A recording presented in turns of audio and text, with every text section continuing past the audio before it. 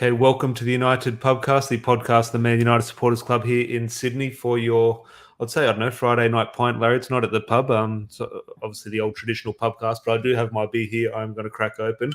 But everyone has been in sort of virtual pubs over the last year and sort of Zoom calls for their catch-up with friends. So we will call this a traditional pubcast on a Friday night. But Larry, more importantly, I actually was in the pub this morning to watch United beat Arsenal, and what a Friday it has been. Talk to me. Yeah, fantastic game. I really enjoyed it. And from a neutral perspective, it was very back and forth. It was open, a little too open for a Manchester United fan perspective. But Cristiano Ronaldo, man of the moment, seriously. I mean, without going into the game, he's a record breaker, 801 career goals. Phenomenal. I think there was a stat that actually came out. So I'll hit you with this one. If you had a 20-year professional career and scored 40 goals every season, you would finish on 800 goals. He's got more than that at 36. I saw that stat and I had to look at it and think, I was starting doing the maths. I'm thinking, that can't be right. No one's scoring 40 goals for 20 years. That's just physically impossible. That doesn't happen. That's what he has been doing. There must have been a season where he scored 200 goals. It's unbelievable when you sort of break that down and think what he's achieved. And I was in the pub this morning saying that most people don't play 800 games. Yeah. He scored 800 goals. Like, it's absolutely unbelievable. But maybe a bit of a longer podcast tonight. As we said, we'll treat it as a traditional pubcast. I've cracked open a beer and a lot to discuss because such a dramatic game, a lot to dissect in regards to the game itself, but also what it means. But obviously, unlike our usual podcast luck, usually when we go live, there's no real news. Then when we hang up the call, news breaks. Ralph Rangnick does like an early press conference apparently, and he's up first thing in the morning, crack of dawn, and has done his press conference. And I'm sure anyone who has watched it absolutely loved it. He spoke very well, very knowledgeable, very passionate. Look, I like Solskjaer. He got a lot of criticism for his press conferences, but I don't think anyone will criticize Ralph for this one. I thought it was a fantastic one, and it went for bloody half an hour. So there is a lot to dissect. So we'll go through all Arsenal things in terms of team selections, the drama, 3-2-1s, which will be very sort of interesting and sort of positive to do. And we'll start, maybe because it's such a quick turnaround, we'll touch on the press conference / a Crystal Palace sort of preview. But we will get into Ralph and everything Crystal Palace at the end of the podcast. So just go to some comments here. Good to see everyone in here on a Friday night. George saying, good evening, guys. Viva Ronaldo scores a brace against Arsenal to bring up 800 goals while the world's best player grinds out a 0-0 draw at home to Nice. Yeah, a little bit less about the Ballon d'Or, the better. But yeah, Ronaldo absolutely proven why he's the clear answer in my opinion. Flim, good to see you, mate. I'm picking both those fullbacks for the next 2 or 3 games, which will be, definitely part of the discussion. Rob, good evening, mate. I was on It's a Football Thing last night. Always a pleasure to be on with those guys. Hope you're keeping well. And Wes, obviously, always appreciate the support, Wes. Larry, let's fly into it. Before we get into the positivity of Ralph, because I absolutely loved it. I'm going to go back and watch that press conference. And a mad good mate of ours. Hope you're keeping well. Team selection, that's where we start the podcast, and match reviews. Yeah. Interesting one. Do you want to start? Obviously, I was watching the match at the pub. The Wan-Bissaka one, from memory, Carrick was talking about a potential injury there. I'm not quite sure, but obviously Diego Dalot, which a lot of people have been clamouring for, comes in and did quite well. But just your thoughts on the initial team selection when you did see it? No surprises, to be honest. Look, you can think whatever you want of the McFred burger with extra cheese, but the reality is they're the most reliable midfielders we have at the club.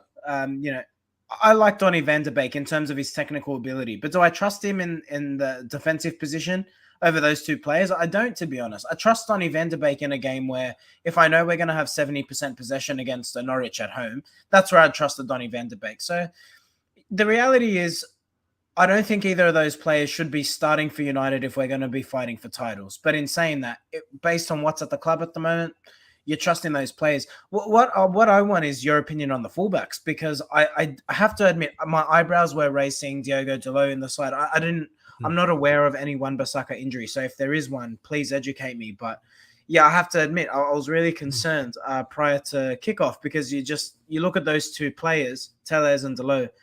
Defense doesn't particularly come to mind, and then you think Harry Maguire's out of form. I had every right to be concerned, I think. Well, the fullbacks, I think we'll stay on the fullbacks for now before we get into Harry Maguire, but George saying the fullbacks were good going forward, but still suspect defensively. I'm still expecting Edouard and Zaha to run rings around them on Monday morning. And I think that's the balance, the issue you do face with these fullbacks. Wan-Bissaka and Luke Shaw may be a little bit more defensive-minded than Telles and Dalot, but they don't offer the sort of the attacking output that Telles and Dalot do. So I thought Tellez and Dalot both had good games. I know you all mentioned throughout the game that Tellez was giving you a few nightmares type thing. I thought he was okay. Obviously, some people criticise him for that second goal. That's a ball. That's a pass that happens. You quite often the defender does. Sorry, are have you to referring to Tellez? Yeah, the second goal. Like I know he was tucked in on a long way. I understand that, but if that's Paul Scholes playing the ball out to the right wing or to the left wing, we're saying it's a normal pass. Like he has to be No, tucked but in. It's he one touch was. football. Even if he's in the good position, it's one touch football. I take your point there, Tom, but the criticism I have of the Brazilian there is he's far too close to his centre half. There has to be a communication between Maguire and Tellez to say, if you're going to cover the half space, at least be within a reasonable distance so you can make up the ground. He was basically in Harry Maguire's pocket. As if I understand the criticisms with his position in there, but in regards to their performance, Diogo Dalot, who look, we here at the start of the season said, yeah, as a backup right back, let's give him a chance. And then he played, I think it was a preseason game. Then his second appearance was Villarreal, and we're thinking, oh my God, what were we giving this guy a second chance for? So suddenly we want to get rid of him. Now he's come into this must-win game, and arguably, would you say he'd be maybe close? He'd be in my 3-2-1s, definitely, and maybe even a shout for 3. Well, obviously Ronaldo's got the 2 goals, but he'd be within a shout as one of the best players on the pitch, and arguably maybe his best performance in a red shirt, in my opinion. Yeah, it was. He was solid, Diogo Dalot. I think when you talk about him, if just from what I've seen of him over the last 3 years, which I have to admit, I didn't watch a whole heap of him at Milan. The thing that with Diogo Dalot, one-on-one, I'm not sure if that's his weak spot. I think he finds himself flat-footed, and I think that's where he gets beaten. So, sorry, let me correct my statement. So when he is one-on-one, it's not that he's making poor defensive decisions. I think he's just getting so flat-footed that he's getting whatever winger is against him is being able to burn him. And I thought what he did today, though, he got that jockeying position right. He was able to stay on his toes. So when the winger wanted to go or the fullback wanted to go, he was able to keep up. So credit to him. He did well. I think what Dalot, and look, we did do in this game, we're definitely going to get on to positives. I think we'll get all these perceived negatives out of the way. But I think what Dalot had in his favour compared to Alex Tellez, I thought Martinelli was Arsenal's best player. They just had a good game on the right-hand side. Tomiyasu, I thought, did okay on the right-hand side, and especially Martinelli was their big threat. So Tellez had a lot of work to do. Diogo Dalot had it, I wouldn't say easy, but far easier night in terms of the way Arsenal did approach that side of the game. But obviously we'll stick on. Actually, I wouldn't say this is a negative, but he's in that discussion. We'll throw him in there. Your mate Harry Maguire, who came back in, captain's armband, Michael Carrick's last game. Be interesting to see which we'll get into the Crystal Palace game. But he did come straight back in as expected. I'll pair him up with Lindelof in this discussion. Yes, we have conceded 2 goals. I thought they were good in terms of Arsenal were throwing a lot of balls in the box, and I thought they dealt with everything well. And look, this isn't say, okay, Maguire, he's back or he's a future, or he should be captain, this and that. I'm just talking about the 90 minutes that we saw. I thought the centre-backs did quite well. Yeah, they did. The second goal is actually an interesting one. I think Tellez is initially at fault, but you know what? It's actually Fred who loses his man. So I know, and we will talk about Fred. But if you actually look at the midfield, it was Fred who actually let Odegaard get beyond him in the box. So, look, you concede goals as a team. The only time where you can directly blame a player for a goal is when it's clearly one-on-one and then a shot comes from it. Systemically, I thought we were open, and we'll talk about Ralph Rangnick. So there was a statement he said in his press conference where he said, United are needing to score 3 goals to win the game. It could have easily been 3-3 from a coach's perspective. That's where I need to bring more balance to the team. That really excites me. I'm as soon as Crystal Palace, I think we'll see some level of improvement. Yeah, it'll be interesting. Well, yeah, we'll dissect his quotes and that press conference at the end and go through 1 or 2 sort of clues or hints that he has given looking forward. And you mentioned Fred there, and we will get into Fred because, my God, did he dominate that game in more ways than one. But before we get into Fred, obviously something that happened before that, or actually in the same instance, the De Gea goal. Where do you want to start on this one? This was fascinating viewing in terms of, it depends how you look at it. You're an Arsenal fan or you're a United fan or you're a referee. It was unbelievable what happened, something you don't see too often.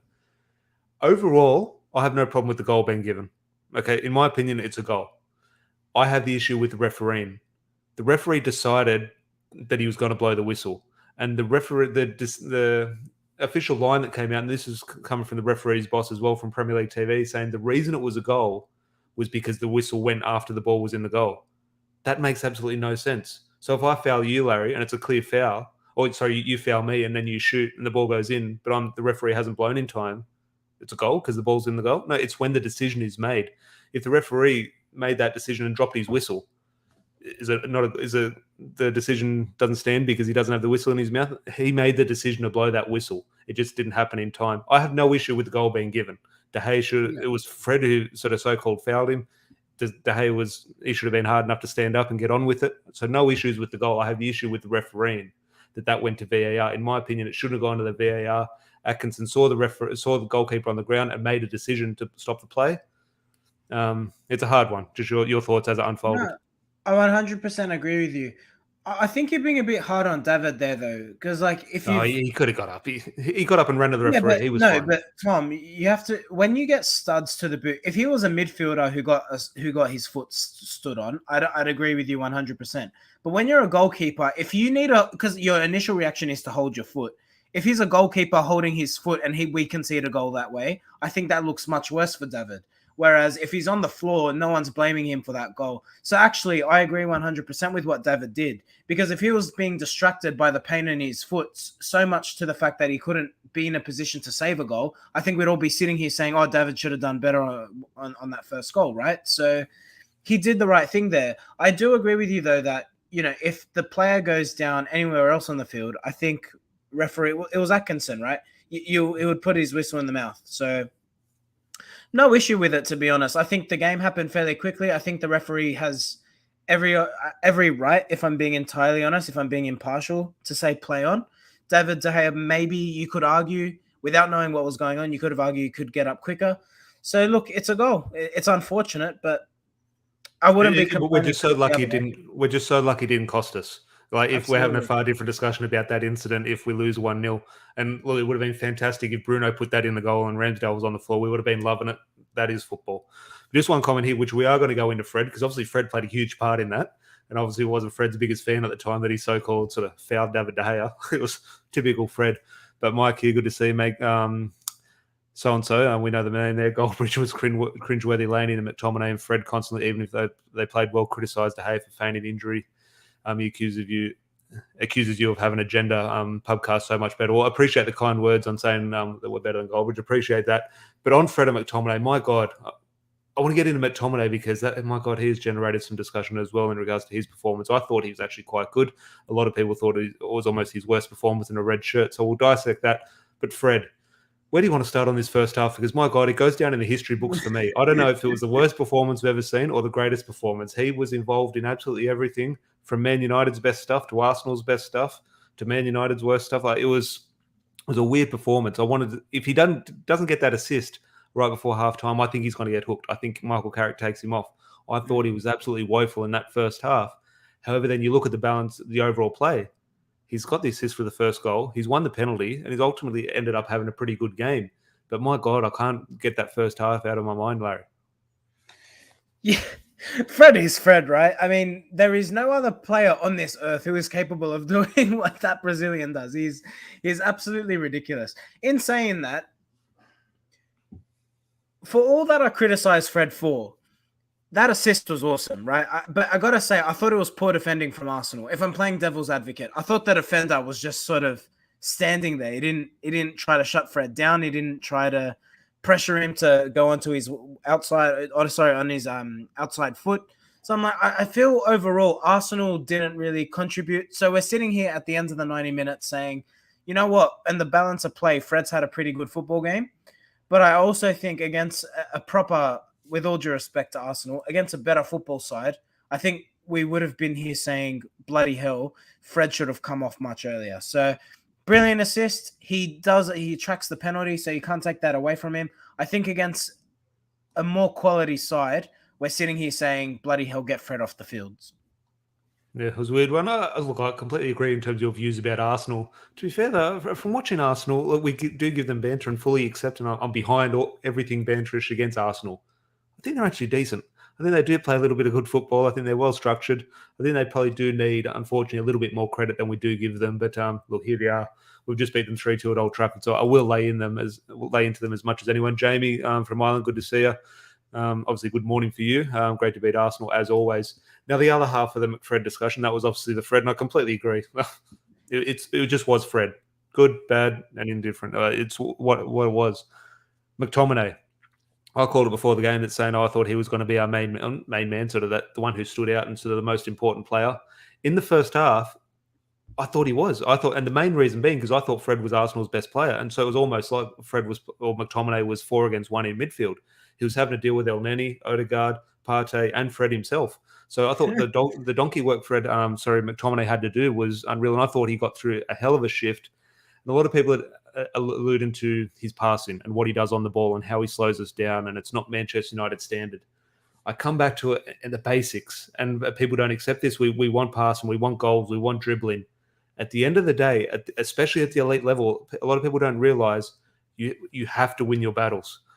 The reason Arsenal were getting into the game is because they won the ball. They won the first balls, they won the second ball, so they're able to get on the ball and play. Until you win that battle, you don't have the right to play. And McTominay was in there winning absolutely everything, and I thought he was fantastic. He absolutely bullied Thomas Partey, who all of us wanted to sign a couple of years ago for £60 million. And I thought McTominay absolutely bullied him type thing. And yes, in regards to getting on the ball like a Scholes or a Carrick, yes, McTominay doesn't offer that.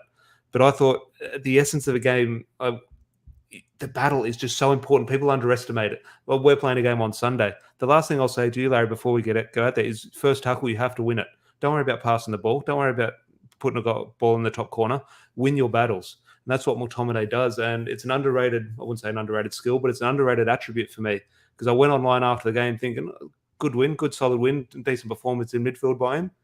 And some of the abuse he was getting, I was like, oh my God, I actually thought he was quite good. And just your thoughts on McTominay's performance, if you want to tie that into Fred and the McFred discussion as well. Yeah, I think with McTominay, it's an interesting one. It comes down to exactly what you said. What are you looking for from your midfielder? I think, unfortunately, for McTominay, you look at his predecessors in the midfield. Unfortunately, when you play for Manchester United in the 6 or in the 8, everyone's comparing you to Paul Scholes. Can you ping a ball 50 yards? Or are you Roy Keane? Can you dominate a midfield? Can you grab a game by the scruff of the neck and pull out a goal? And unfortunately for Scott or Fred or anyone else who will play in this midfield, Donny van de Beek, they'll always face that criticism. If you're not at that world-class level, if you're not Brian Robson, Roy Keane, Paul Scholes, you're not good enough. And I think what you're saying spot on. We have to look at what sort of player is Scott McTominay first and foremost, and what is his role in the side. His role isn't to be creative. Now, you can have the opinion of this United side should be having a progressive ball player in the middle of the park, and I don't disagree with you. And in an ideal situation, you'd have a complete midfielder. You'd have someone like a Michael Carrick, where you can have you. And we'll talk about Michael Carrick, of course. He's now left his post, but unfortunately, there's not many Michael Carricks in world football at the moment, let alone at Manchester United. So McTominay's job, particularly over the last few weeks, seems to be the deeper of the two midfielders to do the donkey work. And there seems to have been something within the coaching staff where they've said, we're going to turn Scott McTominay into a 6. Now, I don't know if he has the capability on the ball to become a world-class number 6, but if what you said is spot on, what he had to do defensively, particularly what he's got behind him in terms of Harry Maguire not being in form, Alex Telles, I thought he did a belting job. And I think if you want to criticize Scott McTominay, I then put it this way. Take him out of the side, put Donny van de Beek in that team today. I guarantee you we lose the football game. Yeah, no, it's a trait that, look, especially in English football, and you think United, Arsenal, and the battles over the sort of last couple of decades, it's such an important part of the senior football in terms of that physicality. On TV, looks quite slow, but I think that's why sort of match-going fans have so much time for McTominay, because they see how fast, they see how physical the game is at ground level, and he does get through a hell of a job. But just here, Flim, just before we move on, which I, as a huge fan of Scott McTominay, this is my criticism of him playing at 6. He still hides when our centre-backs need a pass, which I completely agree. That is a huge criticism I have on it. However, I would say, well, Larry's alluded to him sort of being developed as a 6. I would say don't play him as a 6. I'd say play him far further forward in that sort of 8, not a 10, but let him get forward. I don't think his game is to go and sit in midfield. Just one comment here before we move on. Alex, as Keane has said, we'll never win a title with McFred starting. And look, I can understand that argument and deep down probably agree with it. But I don't understand. Well, here we are criticising Fred, but I don't understand the over-the-top criticism. They're doing a job. They're doing an important job. It's up to the transfer window and managers and the boardroom to get the transfer strategy right, to bring the right players in.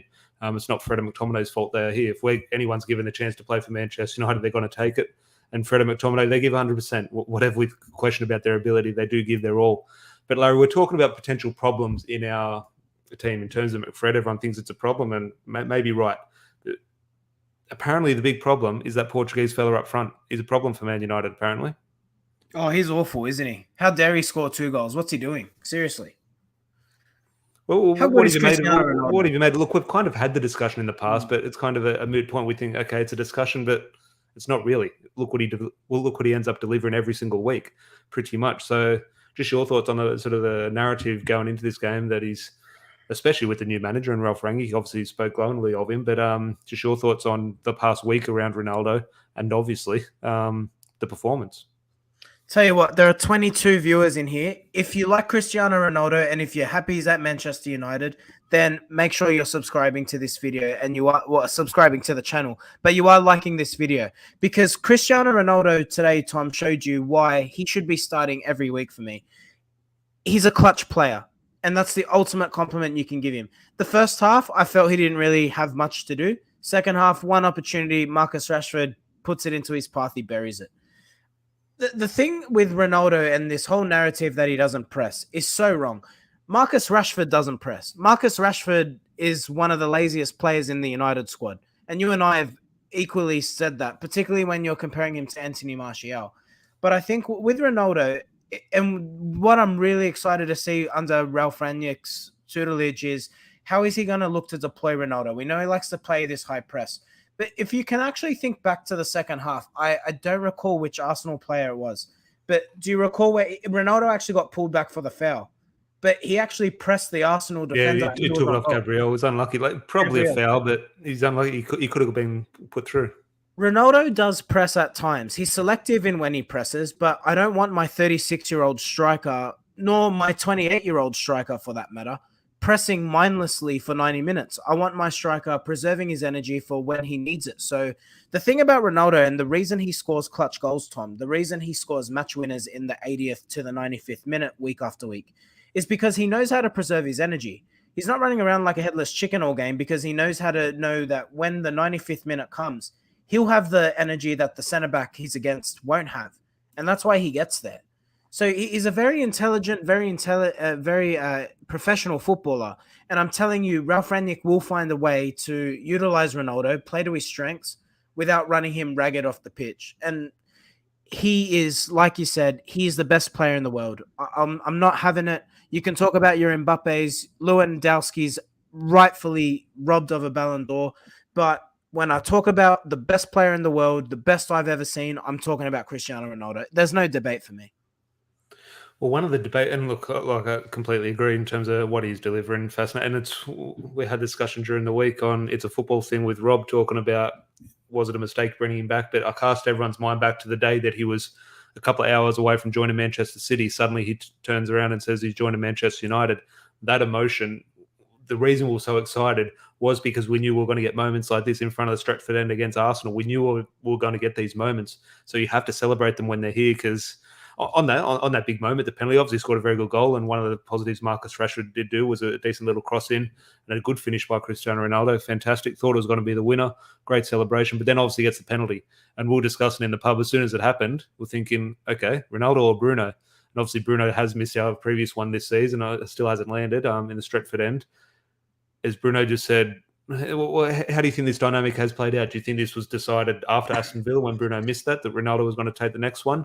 Or do you think Ronaldo, after scoring 800 goals, was feeling confident? Obviously, he's always confident. But do you think he stepped up just in the moment that he was going to take this one? Just how do you think it played out? Yeah, it's an interesting one. Well, Bruno scored today, but we mentioned in the preview, it was his first goal since Newcastle. So he hasn't been in goal-scoring touch, Bruno Fernandes. And if we're being honest, he hasn't really been in top form either. You can say what you want about Manchester United. Cristiano Ronaldo has been performing no matter what. I think it was the right call. I do agree with you. I think it was after the miss against Aston Villa. It was almost written in the stars, wasn't it? The next one, you knew it was going to be Cristiano Ronaldo. And the thing I like about Ronaldo is he isn't a confidence player. He's always confident. He can miss a penalty, line up to take another penalty 2 minutes later, and he'll back himself. I think it's the safe choice. And credit to Bruno Fernandes for being able to put his ego aside and letting Cristiano Ronaldo step up. But let me ask you this, Tom. Obviously, look, there will be a heap of discussion on Ralph Rangnick. When you look at Ronaldo's performance, you look at what he brings to the side, you look at what he did today. Is there an argument that you see him with the armband come Sunday or in the coming weeks? Do you see that happening? Because I just think he's such a natural fit. and Harry Maguire would absolutely benefit from just being told to focus on his football. Look, I understand and agree with these arguments. I just don't think I put myself in the shoes of a new manager coming into a dressing room like that. In my opinion, even if I agreed it was the right decision, I don't think that's something that'll happen. I think he will keep it with Harry Maguire. People will disagree with that, and whether it's right or wrong, time will tell. I think he will keep Harry Maguire. I don't think it's a time to be coming in and throwing everything out and sort of saying, okay, this is the new way forward. I think it's sort of baby steps. If he comes in just swinging it around, I don't think it's going to work. It's obviously a very fragile dressing room at the moment, confidence-wise. Players sort of have relationships with players in terms of they're friends with this group or friends with that group. I think Harry Maguire is obviously, people don't like it, but he's obviously an influential figure in the dressing room. He's highly respected. A lot of players do like from a personal level sort of thing. Maybe they have an opinion from his footballing point of view. But yeah, look, I would love to see Ronaldo as captain, especially given Harry Maguire's performances. I completely agree. However, I do think it's probably the right decision by the manager to just come in and just keep things steady at the moment. Making a huge decision like that, I think, in my opinion, there's more important decisions to be made in regards to the way we're going to be playing, not who has a bit of fabric on their arm. Ronaldo's not going to change the way he plays. Now, it might change the way Maguire plays, which might be an important thing. But I think players around, like look at Bruno Fernandes with the captain's armband, is still switching the ball to Chelsea players for fun sort of thing. So I understand the argument, but for me, it's just let it go. I'll tell you what, if you could put some NOS on Harry Maguire's boots, man, he'd be double the footballer, I tell you. Well, we'll talk about good footballers now, and we'll get into 3-2-1s because this will be an interesting one. I'm not sure where it will go in regards to well, Ronaldo gets 3 points, does he? Make sure you get your comments in the live chat below. Let us know your 3-2-1s. If you are new, obviously 3 points for your man of the match, 2 points for who you thought was the second best player, and obviously 1 point for the third player. And it'll be interesting because I think this will be all over the shop because, as I said, I think Diogo Dalot, I think a lot of people might have him as 3 points. However, in my opinion, the way we do value the 3 points, he's a match winner. He scored 801 bloody goals. It's Cristiano Ronaldo again. My 3 points, Cristiano Ronaldo. Like you said, 2 goals, clutch goals, and he gets the match winner. I think that's what's crucial here. And I can't tell you how many times we've said that this season. So forget this debate whether he's the problem or not. I think United got 100 other problems before you start talking about Cristiano Ronaldo. Phenomenal player, Tom. He's just... you can't say enough praises. There's almost no words for him. He's just brilliant. I thought he actually, obviously, here we are saying, the best footballer in the world is good at football, obviously. But I actually think he did play quite well because we look at Ronaldo and we think, okay, the goals, he's just there to score goals. Who cares how he plays? But when he does play, he's not a fantastic link-up player. Like you could argue Martial's better in that sort of vein, or even Edison Cavani. You can understand that. But he actually sort of does link up the play quite well. He gets involved. He gets on the ball. Sometimes you'd think a player like Ronaldo would be sort of busting his gut to get into the box to try and score a goal because that's what we envisage of Ronaldo. But sometimes he's sort of almost standing back, sort of saving his energy, and you're thinking, hang on, what's he doing back here sort of thing. So it's interesting, but I think he's playing very well. And yeah, in regards to has he been a sort of, not a flop, but has he been a mistake? I think that's absolute nonsense. I think he's been absolutely brilliant for Man United and exactly what we paid for. Obviously, are paying him a lot of money. So I think 3 points for Ronaldo is a shoo-in. Now, 2 points, I'll throw to you first because I have no idea. I'm probably going Diogo Dalot. Does that sound stupid or would you agree with me? Diogo Dalot. Oh, I don't think it's outrageous. That all of the attack coming from Arsenal was down the left-hand side. What's the fullback's name for Arsenal, by the way? Left or right? Left back. He's got a wicked cross on him. Yeah, Tavares, new signing, a good little player. Yeah, he's got a wicked cross on him. I just thought in the balance of the game, I think Diogo Dalot was really good. But I think you're leaving out Jadon Sancho. I thought he was excellent. And yeah, I do. I really do. Yeah, I thought Jadon was really good. I thought he held his width well. And while he didn't really get an assist or a goal, I thought he was dangerous. I thought every time he had the ball, you had the Arsenal defenders thinking. And I look at compared to what Marcus Rashford did in this game, I thought Sancho was the one keeping the defenders honest. Yes, look, in the balance of the game, Tom, I agree with you. I think Diogo Dalot for 2 points is probably a good shout, but I don't think Jadon Sancho... I don't think we should be having a conversation about 3-2-1s without mentioning the Englishman. I thought he just added something every time he had the ball. Just my opinion. Well, I think, as I said, in regards to saying Ronaldo has obviously played well when he's coming in. Sancho, those performances are improving every week. And he's obviously got these goals in his last couple of games, and this performance is a continuation. And you assume, obviously coming from Germany, which I mentioned before, you assume he'll be a favourite of Ralf Rangnick, and hopefully he can kick on. So it's fantastic to see, because even he was labelled a flop at the start of the season. I was thinking, calm down. Even from United fans were saying he was over. I was thinking, calm down. You have to be patient. And but I'll be leaning to maybe Diogo Dalot, because, as I said, I think it's his best performance in the United shirt, and that's something you have to celebrate and sort of give credit to him. It's obviously a big moment for him in a big game against Arsenal. It's probably his best performance. So I'm going Diogo Dalot for 2 points. And yeah, in regards to the input, I thought the ball from Sancho for Fred's penalty was a smart ball, because nothing was really on. He had to go back, and he thought, well, if I go back here, it's not quite on. So I'll try something here. And it was a very good run by Fred, and obviously very clever in regards to the way he won the penalty. And obviously it was a clear penalty, but I'm very clever from both Sancho and Fred there. So I'll be probably leading Diogo Dalot for 2 points and Jadon Sancho for 1. But again, I've seen some comments here, so we'll go Ryan. Good to see him. I saw you mention the pub earlier. Obviously, Ryan from the Supporters Club. Hope you're keeping well. Yeah, it was good. We were at the pub this morning, 7 a.m. There's about 10 or 15 of us there. Really enjoyable. Hold on. Before you click on another comment, are we seriously not going to give Fred any points? He put in a bloody shift today. He put in a hell of a shift. I just remember that first half. I don't think I've seen anything worse than that. And obviously, he does balance it out at the end, so having a very good performance. But I can't. That was tattooed on my brain. That first half, he's not fouled De Gea, but you know what I mean. He gave away a goal for Arsenal. He's kicking our goalkeeper on the floor. Some of his tackling I thought was atrocious in terms of if they had a good free kick taker, one of the free kicks could have gone in, type thing. Some of his passes were horrendous. And look, ultimately, what I do like about Fred is you look at McTominay, who I'm a huge fan of, does lack a little bit of confidence going for the ball. Fred can be putting his 1 out of 10 performance in, which he was doing in the first half, but still thinks he's Pele.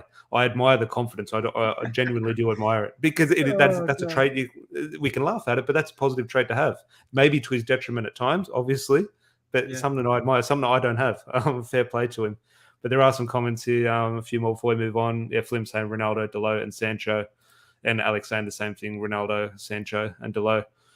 Just one more comment here before we move on to Carrick and Ralph. Ryan here saying, anyone know what happened with Rashford in the game? Yeah, look, he looked... sorry about that. I think he's replying there. Rashford, we don't want to go too far into it. We want to stick to the positives. Yeah. Weird one. Just looks off the pace. I think it was a Rashford, which I alluded to the last podcast we did. If there is one player, and who knows how it'll play out, but if there is one player who might struggle tactically under Ralf Rangnick, I think it's Marcus Rashford. You talk about Alex Tellez tucking in too far on the left-hand side. I thought Marcus Rashford, when he was defending, he was standing next to Ronaldo, and there was an outball to Tavares every single time. And I just thought it was almost like watching Dan James play. He just tucked far too in. That's why Tavares looked so dangerous, because Rashford was playing as a second striker, where in the balance of the team, which Ralf Rangnick alluded to balance in his press conference, there was no balance on that right-hand side defensively, which maybe is another tick in the box of how well Diogo Dalot did. Mate, Marcus Rashford's lazy. He really is. And again, I know there are bigger accounts out there, and there's people with really large platforms who will tell you Marcus Rashford is a grafter. He was a grafter for the first 2 seasons of his United career. He hasn't been a grafter since Ollie's come in. I'll tell you that. If you can actually recall to the first full season Ollie was in charge, I recall you and I when we were a podcast, not on a video platform, debating Marcus Rashford's work rate, saying, he almost looks like he's a big man. He's got the ego now. He doesn't believe he has to work hard. I'm seeing a lot of that in Marcus Rashford now. That's not to say he's not a gentleman or to take away from anything he's done off the pitch, but he's not at an age, nor has he achieved what, say, a Cristiano Ronaldo has achieved in the game, to earn the right to not run around on the pitch. Cristiano Ronaldo, at the same age as Marcus Rashford, had already returned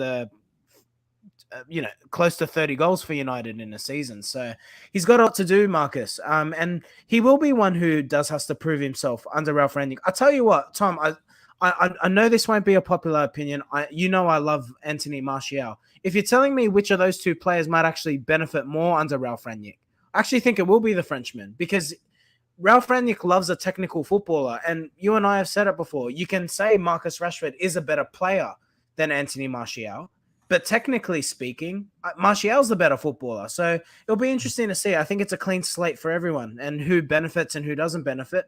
There'll be a few surprises to come out of that. No, 100%. And in saying all that, which I completely agree, and I know deep down you're the same, I love Marcus Rashford. It's just what we see in regards to absolutely. his effort. It's an interesting one. But George here, which I alluded to, does Greenwood come into the side? I think he does. I think Ralph will like Greenwood, and especially there is a definite pressure from the club to get the best out of Greenwood. So I think when he gets over this COVID, obviously he's on the bench, I think. So hopefully he's close to return. And just the last point on the 3-2-1s was a mad in regards to Fred. I think he created 2 or 3 goals. Look, at the end of the day, probably is harsh on Fred. He obviously has had a huge impact on the game. I just think I was so scared in that first half. I just haven't recovered. Maybe if I was doing this 3-2-1s in a day or two, maybe I would give him a point. But there are a few people in the video, which is good to see, over 80 people, which is great. If you could leave a like on the video, that would be fantastic. And if you're new, obviously subscribe. That would be great. Some level-headed Man United discussion here. And some level-headed discussion. We're going to wrap up the podcast in a managerial way here, Larry, in terms of start with Michael Carrick, then we'll go on to Ralph's press conference and quickly sort of preview the Crystal Palace match. Michael Carrick, when this news broke at the end of the game, first of all, obviously didn't leave with Solskjaer, but came in, did his job as a caretaker manager. Fantastic. Yeah. Didn't let set the world on fire, but undefeated, goes down in history books as Man United's undefeated manager. Fantastic. Absolutely loved him as a player. I met him over in Perth. Lovely guy. Fantastic. The dog's abuse he's got in the past 2 weeks, though, I think has been disgraceful, as sort of a lot of the managers we have sort of get. I fully understand that. However, like Ole Gunnar Solskjaer, everyone giving Carrick abuse or giving Solskjaer abuse, now when this news broke that he resigned, was saying, oh, well, I wish him the best. I hope he does well. He steadied the ship. He came in and sort of did well, so I wish him all the best. It's time for Ralph to come in. And everyone's trying to take the moral high ground, saying how sort of what a gentleman and what a player Michael Carrick is. For the last 2 weeks, I was saying, get this guy out of my club. He should have been sacked with Solskjaer. And I'm just thinking, do you share my frustration with that? Or... Yeah, no, absolutely. Look, I've said it to you 1,000. Mate, if you go through my timeline, I barely tweet anymore. I've truthfully taken myself away from Twitter because I just can't deal with the toxicity on there. The reality is, I agree, right? Carrick should have left with Solskjaer, but so should have Mike Phelan, so should have Kieran McKenna. But like you said when we were previewing the Villarreal game, if they all left, and we all know that this United board does not have a plan, a more organized side, look, let's call a spade a spade. A more organized Manchester United board would have sacked Ole in the international break. It would have given them plenty of time to get a proper manager in, and he can bring in his coaching staff. I'm certain Ralf Rangnick is. Am I right in saying he's bringing in 1 or 2 other coaches? He had his press conference. I'll tie this into the Ralph. So if anyone hasn't watched, Ralf Rangnick obviously had a press conference just before he went live, and it went for half an hour. It was very knowledgeable. I urge everyone to go back and watch it. It was a fascinating listen. And he spoke about Carrick. He spoke before the Chelsea match. He spoke to Solskjaer for about 2 hours on the phone, just a general chat about the squad, etc. But he also did the same with Michael Carrick in person the other day. And what he was saying that he wanted Michael Carrick to stay on. He's saying, can you stay on in my backroom staff? That is why he wants to keep Kieran McKenna and Mike Phelan, because he needs that experience of knowing the squad type thing. So he was keen for Michael Carrick to stay on. Now, what I would allude to you is Michael Carrick, obviously in his sort of post-match press conference or post-match interview, announced that it's resigning. And my first initial reaction was almost like Solskjaer. He wasn't sacked. It was mutual consent. Obviously, he was sacked. Now, with this, I thought Michael Carrick was told by Ralf Rangnick that, okay, you're not going to be part of my management team. I'm going to bring someone else in, take your compensation, and sort of mutual consent. However, it does look like a serious sort of resigning, and Carrick has said, well, look, I was part of Solskjaer's team. I'm going to go with Solskjaer. And look, at the end of the day, you do look at Michael Carrick. He signed for United in 2006, the August in 2006. He's been non-stop since then. So as soon as he stopped playing, he came into the management team and has been coaching ever since. So he needs a break. I think fair play. But my main thing, or my main concern when the news broke, 20 minutes after full time, was when I saw it, I thought, okay, yeah, no, that's standard. I kind of expected that. But it was huge news. Everyone was shocked. I thought, well, it was pretty standard. Now, the way it has come out that it was a resignation, not a sort of sack-in type thing, maybe a little bit by surprise. But just your thoughts on the general news. Obviously, we talked about the abuse Michael Carrick was getting, which we don't condone. But just in regards to his time at United now, because he does go down. A lot of people call him a club legend. Whether I absolutely love Michael Carrick. Whether I have him in that bracket, I'm not quite sure. But just your general thoughts on Carrick at the moment. Well, you know my thoughts of him as a footballer. I know everyone loves Paul Scholes. Michael Carrick epitomizes for me look, Paul Scholes is an elite player. You hold him in his own bracket. But Michael Carrick epitomizes the perfect midfielder. If I look at modern football, there are so many teams who would benefit from a Michael Carrick. And if you look around, the closest player I can think of to that even resembles Michael Carrick or has the potential to resemble him is probably Frankie de Jong at Barcelona. Just what he does with the ball. Defensively, I don't think he's quite up to Carrick. If I look at off the ball, I think Ndidi does similar work to what Michael Carrick does. But with the ball, doesn't offer anything close to what Carrick was able to produce. So he was really such a unique footballer and probably a player who didn't get as much credit as he deserved because he played in the same period as the likes of Xavi, Iniesta, Bastian Schweinsteiger. The list goes on and on. He played in a period where midfielders were just there was an influx of them, but he should go down as one of United's greatest midfielders. Can we also remember, bloody hell, this was the bloke who got dog's abuse for taking the number 16 from Roy Keane. He then goes on to win every single trophy for Manchester United, and he was the signing that goes on to be the catalyst for Manchester United's most successful ever period in terms Well, of it's trophies. interesting. You talk about 16 and Roy Keane, and look, my favourite ever player, Roy Keane. And I absolutely love the guy and love what he does in terms of his punditry and everything. However, you do sense a little bit of bitterness from Roy Keane towards Michael Carrick, both at the end of Carrick's playing days, but also his last couple of weeks as a manager type thing. And it's fascinating. Take nothing away from Roy Keane, the greatest midfielder I've seen at Man United, or the greatest captain, etc. We went 3 years without winning a title with Roy Keane in midfield. Suddenly, Roy Keane comes in with the number 16. Michael Carrick comes in to replace him with the 16 shirt. We go on to have Man United's most successful ever period. So, and look, obviously Ronaldo, Rooney, Tevez, Sir Alex Ferguson, Vidic, Ferdinand all played obviously a crucial part in that. But there was a key in the middle, and that was Michael Carrick. I think his sort of career and his influence on such a successful period can't be understated. I thought absolutely fantastic.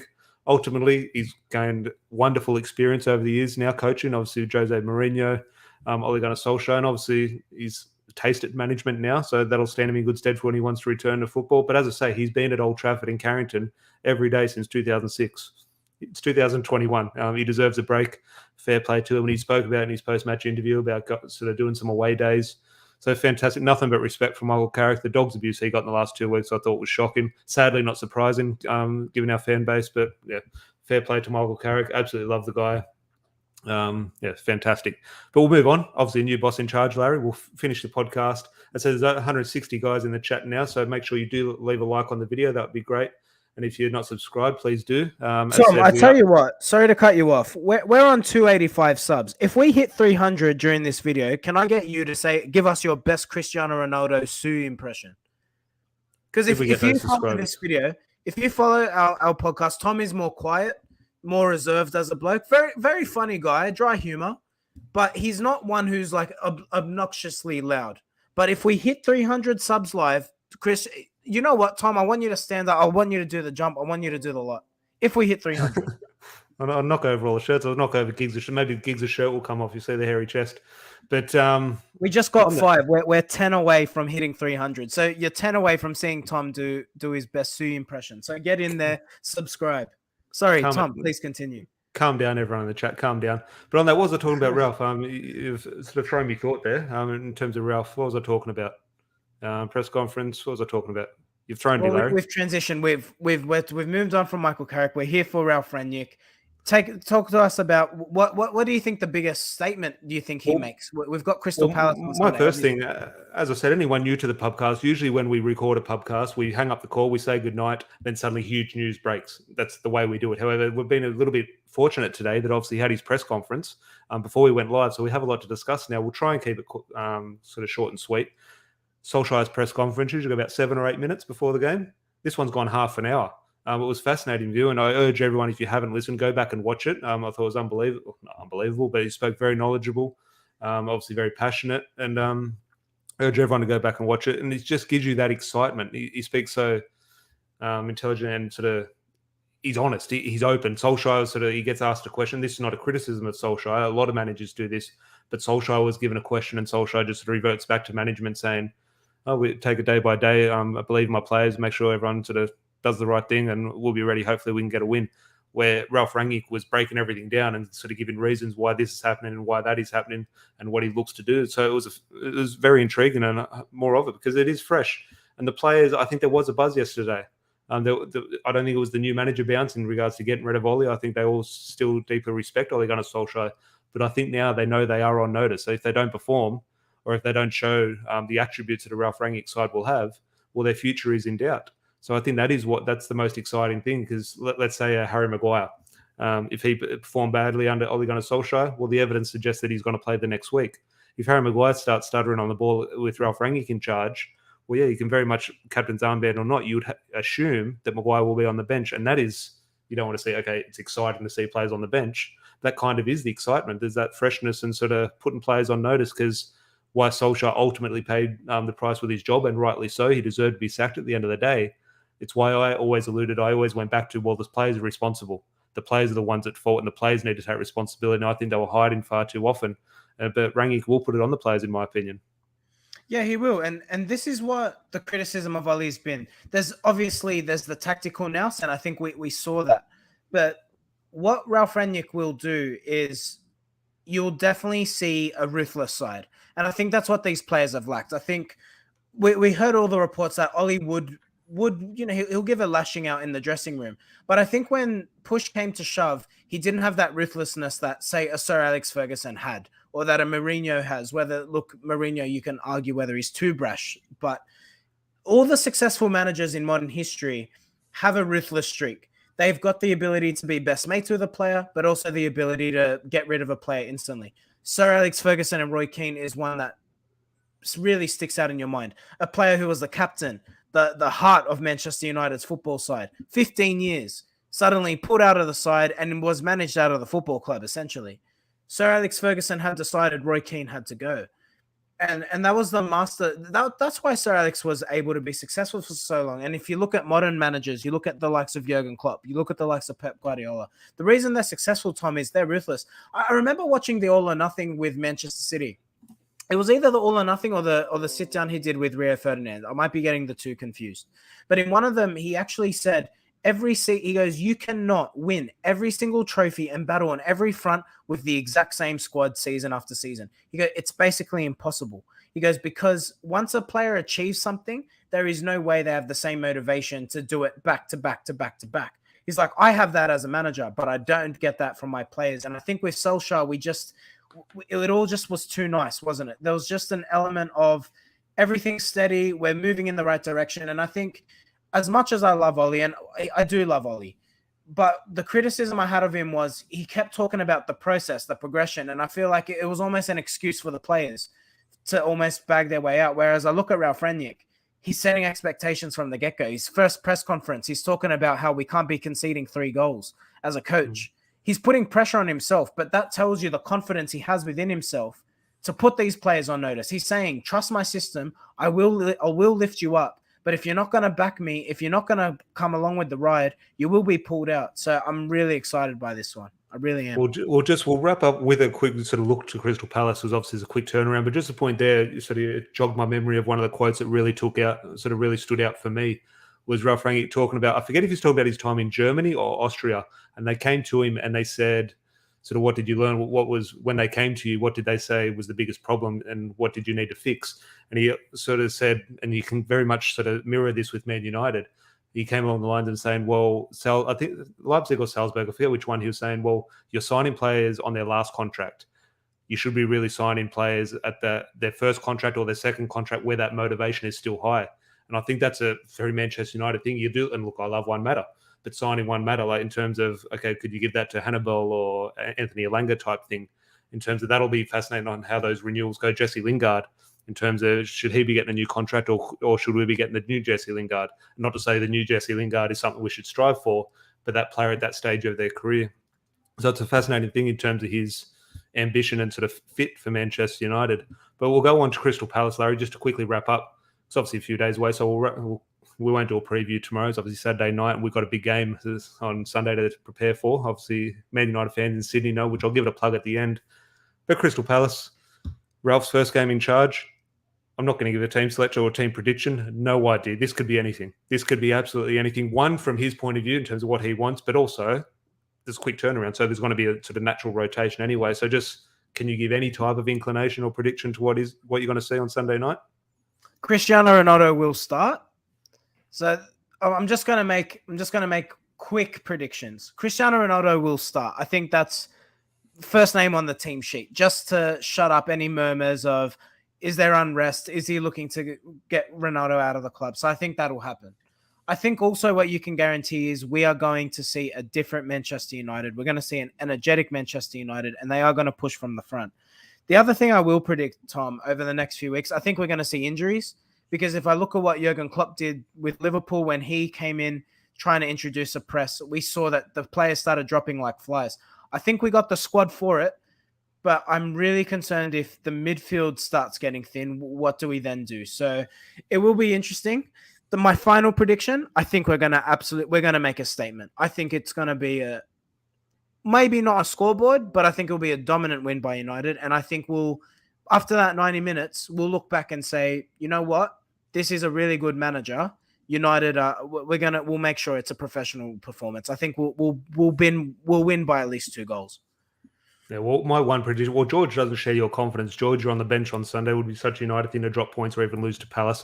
Palace at home scares me. That worries me always. It seems like a bogey team, but we pretty much seem to say every team's a bogey team for Man United at the moment. 3 more subs, 3 more to 300. Do you want to see Tom do this or what? Come on, wrapping up the podcast soon. But I was saying there in regards to my one prediction, and who knows how this is going to go. For me, Donny van de Beek starts over who? I don't know in terms of how that midfield shapes up. Could be for anyone, could be for Bruno, could be for McTominay. Who knows, Fred? It could be anything. But I think Donny van de Beek starts. But on that, we'll sort of wrap up. We just alluded to George as our Supporters Club goalkeeper. There's a lot of people in the chat, which is fantastic. If you are in Sydney, or you don't have to, you can donate anyway. Larry and I and a few members of the podcast and the Man United Supporters Club here are playing against the Watford Supporters Club, taking revenge for their defeat of Ole Gunnar Solskjaer and United a few weeks ago. We're raising money for the food bank here in Sydney and Canberra. And so we're donning the boots, doing our best to sort of get out of bed and play on Sunday. Hopefully it's not too hot. But Larry, how's the shape going? You cutting weight yet? I am 1.5 kilos down. I'm still round. But if you are watching us today and you do watch us in a month's time, I should take up about half of what I'm currently taking up in this square. So just bear with me. And I'll get there. But if you are in Sydney, feel free to come down. It's at 5 Sports Caringbah. There is a link in the description below where you can donate. It'll be fantastic if you could do that. But if you are in Sydney, also you can come along and watch. It's obviously 2 p.m. kickoff. And it's always fascinating. You know, there's always tackles, there's cards, there's defending is optional. So there's goals, there's drama. Larry will be playing, doing his best in Luke Shaw impression, I assume. Oh yeah, I'll be looking for donuts and burgers after the game. You can guarantee that. No, fantastic. But as I said, really enjoyed this episode. Good to sort of talk 3 points. Obviously beating Arsenal, which we didn't spend enough time on sort of bantering Arsenal. Fantastic. It's been a while. Solskjaer obviously never beat them. He beat all the other big boys. Not that we put Arsenal in that category, but it's been a while since we have beaten them, so we do have to enjoy it. Obviously, there is a new era in regards to welcoming Ralph Rangnick. As I said, I urge everyone to go back and watch his press conference. I thought it was refreshing. Not to criticise Solskjaer for his press conferences. I just think it was refreshing. So, Larry, couple of days out to our big game, or 2 big games on the Sunday. Obviously 2 p.m. kickoff for us, but then I think it's probably 2 a.m. kickoff against Crystal Palace on Monday morning. So until then, hopefully everyone in the chat and any new viewers enjoyed the content. Please subscribe if you are new. Please leave a like. That would be great. If you are watching on delay, leave your 3, 2, 1s in the comments below. That would be fantastic. And Larry, I'll see you Sunday. Make sure you're not late, or I'll be putting you on the bench. We're on 2.99, Tom. Look, I want to give it another 30 seconds. I just want to see if we can get one more sub so I can watch you do your Cristiano Ronaldo Sue impression. So I'll rock through some comments here. George, in terms of, I didn't get too much out of Arsenal Fan TV today. I thought they were a little bit disappointing. But I think maybe that's just you almost feel a little bit sorry for Arsenal fans at the moment. But yeah, Sam saying, well, I was at the pub today, obviously with Sam in the morning. Really good to see him this morning and watch United play. Talking about Arsenal Fan TV and the comedy that they do bring. But Alex here predicting Lingard and Donny van de Beek to play. Lingard's a shit. That's how the Lingard situation will unfold. I have no idea. But Tom, we've hit 300. 300. So, is that close? I think I just died a little bit. You go. You gotta puff the. I didn't prepare. I can throw it out. The chest has to come out, man. You said it like a grandma. Like you just go, Sue! Like you gotta expand. Yeah, well, I don't stand in front of the mirror. Sunday. Come on. I don't stand in front of the mirror and practice like you. Yeah, that's true. But until then, hopefully everyone did enjoy it. Make sure you do leave a like. That would be fantastic. And chat to you Sunday or Monday for the podcast. Obviously reviewing the Crystal Palace match. Can't wait for that 3 points. Cheers. Cheers.